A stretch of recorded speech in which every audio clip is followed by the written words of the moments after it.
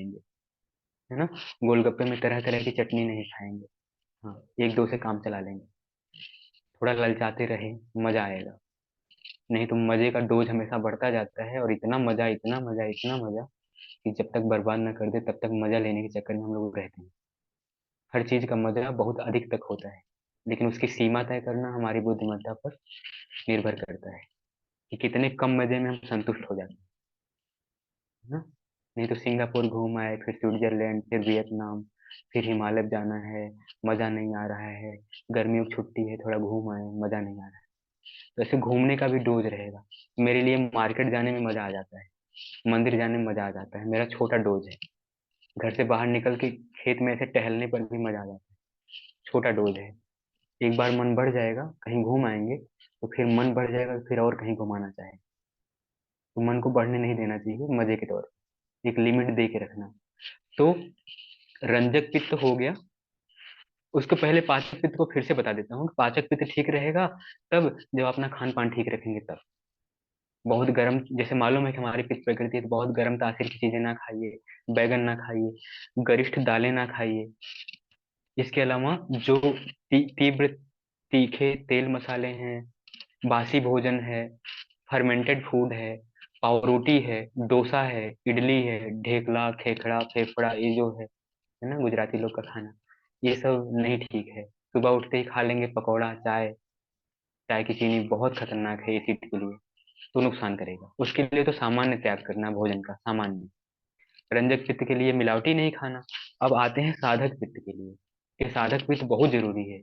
यही की वजह से ये जो घबराहट वबराहट होती है ना, बेचैनी होती है इस समय, जो लोग कहते हैं हमें एंग्जाइटी हो गई है, जी घबरा रहा है, रोना आ रहा है, हाँ, रात में नींद नहीं आ रही है, गुस्सा बहुत आ रहा है। हाँ, किसी ने मुझे ये भी कहा कि सर आपके ऊपर गुस्सा बहुत आता है।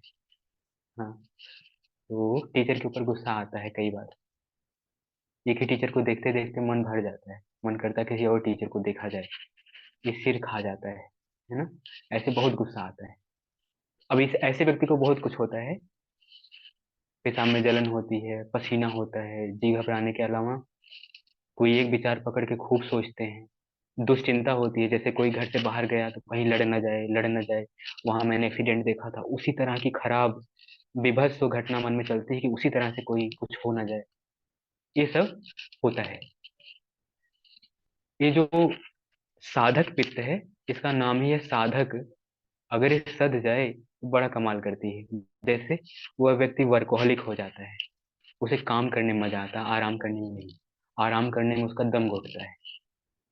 वो अपने कर्मों पर बिल्कुल, मतलब उसका मणिपुर चक्र पे असर पड़ता है, वो कर्मठ हो जाता है, अपने कर्म से सब कुछ हासिल कर लेता है। आलस से दूर दूर तक उसके पास नहीं आता है।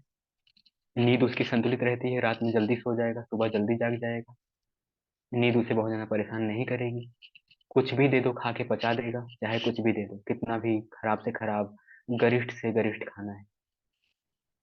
और जब ये पित्त, साधक पित्त ठीक रहता है तो शरीर की सारी धातुओं को भी ठीक रखता है, शरीर के भीतर अच्छी उष्मा रखता है, और जोश उत्साह रखता है। ये साधक पित्त खराब कैसे होता है? जब हम लोग डिसिप्लिन तोड़ते हैं तब खराब होता है।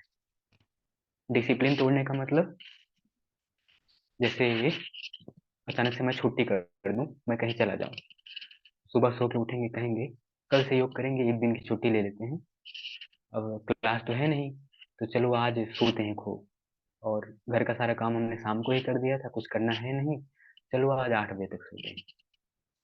एक दिन ऐसे आदत बिगाड़ दी। 8 बजे सोया तो 10-12 बजे खाएगा, नाश्ता वास्ता करेगा, हो सकता है दोपहर में मॉर्निंग वॉक करने निकल जाए, है ना। हाँ, होता है ऐसा, हुआ है। जो जो हुआ वही वही बता रहा हूँ।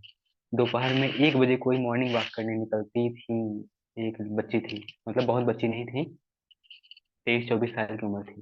जब मैंने रूटीन पूछा तो बताया दोपहर में मॉर्निंग वॉक करते हैं। हाँ, और नाश्ता उनका तब होता है जब भोजन करना चाहिए। तो ऐसा होता है। तो रूटीन जो खराब कर देते हैं, मल का और वेग रोक लेते हैं, जैसे छींक आ रही है उसे रोक लिया, यूरिन लगा है उसे रोक लिया, लेटरिन लगा है उसे रोक लिया, टाल दिया, बाद में करेंगे, ऐसे ऐसे इन लोगों के साथ बहुत खराब होता है।